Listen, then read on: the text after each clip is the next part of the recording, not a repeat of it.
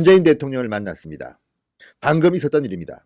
청와대에서 문재인 대통령과 윤석열 검찰총장의 만남이 드디어 이루어졌습니다. 자, 조국 사태가 난 지 첫 만남입니다.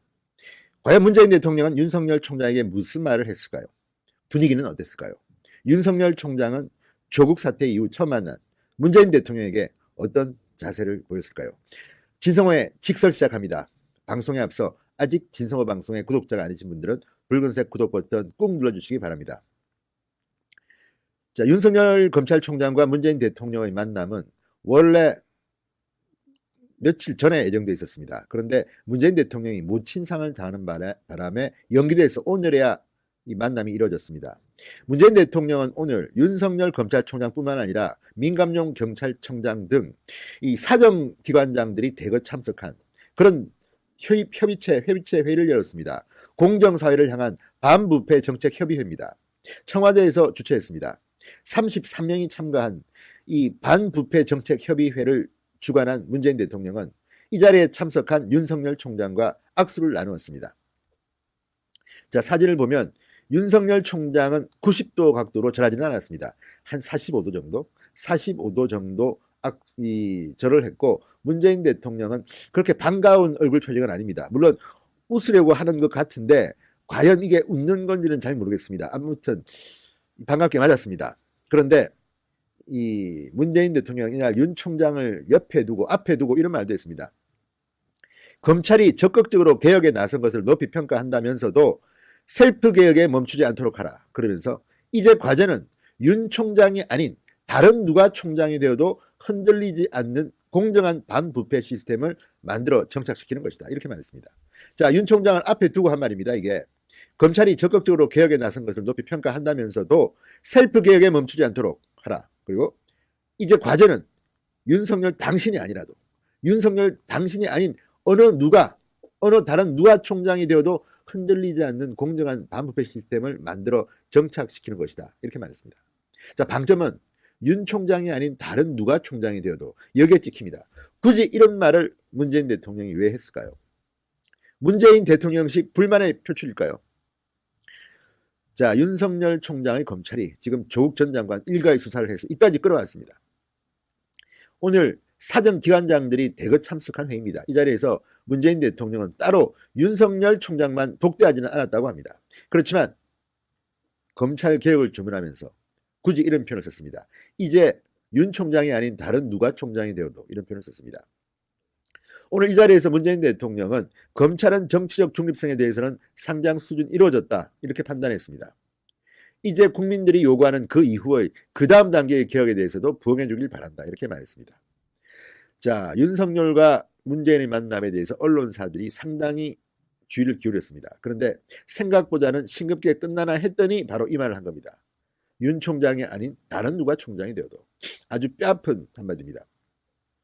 자, 오늘 공정사회를 향한 반부패 정책협의회 부패 방지 관련 기관장, 관계장관 모두 33명이 왔다고 합니다.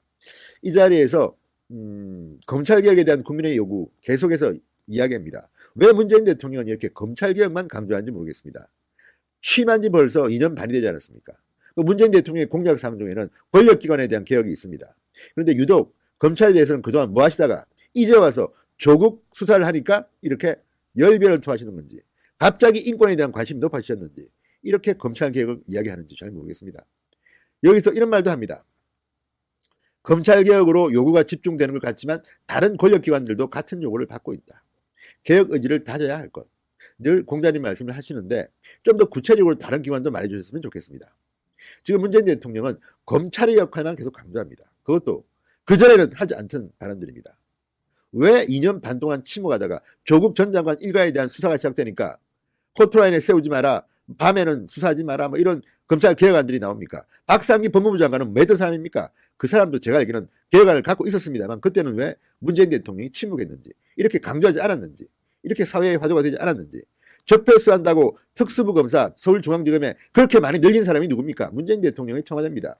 당시 민정수석이 조국입니다. 그래 놓고 갑자기 이 특수부가 마치 개혁의 걸림돌인 양 줄였습니다. 윤석열 검찰총장처럼 개혁안을 이렇게 여러 번 낸 사람도 없을 겁니다. 대통령이 핀셋으로 꼭 집어서 개혁을 요구했으니까요. 이게 다 조국 이후에 벌어진 일입니다.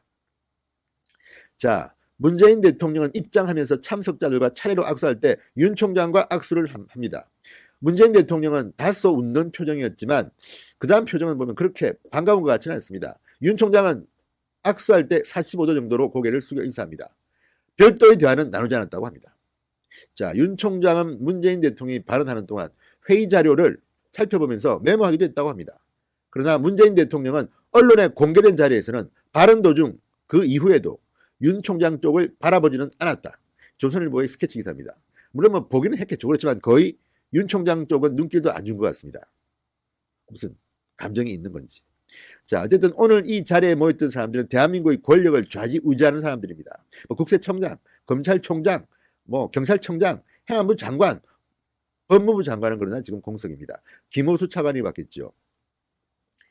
자, 문재인 대통령 겉으로는 검찰의 셀프 개혁을 높이 평가한다고 했지만 그렇지만 윤 총장이 아닌 다른 누가 총장이 되어도 흔들리지 않는 이런 말을 썼습니다. 자, 오늘 첫 만남, 오랜만에 만남입니다.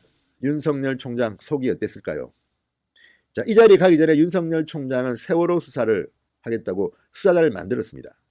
그냥 청와대에 가기가 뭐 그래서 했는지 아니면 윤석열 총장이 정말 세월호만큼은 내가 한번 제대로 한번 수사를 해야겠다고 생각했는지.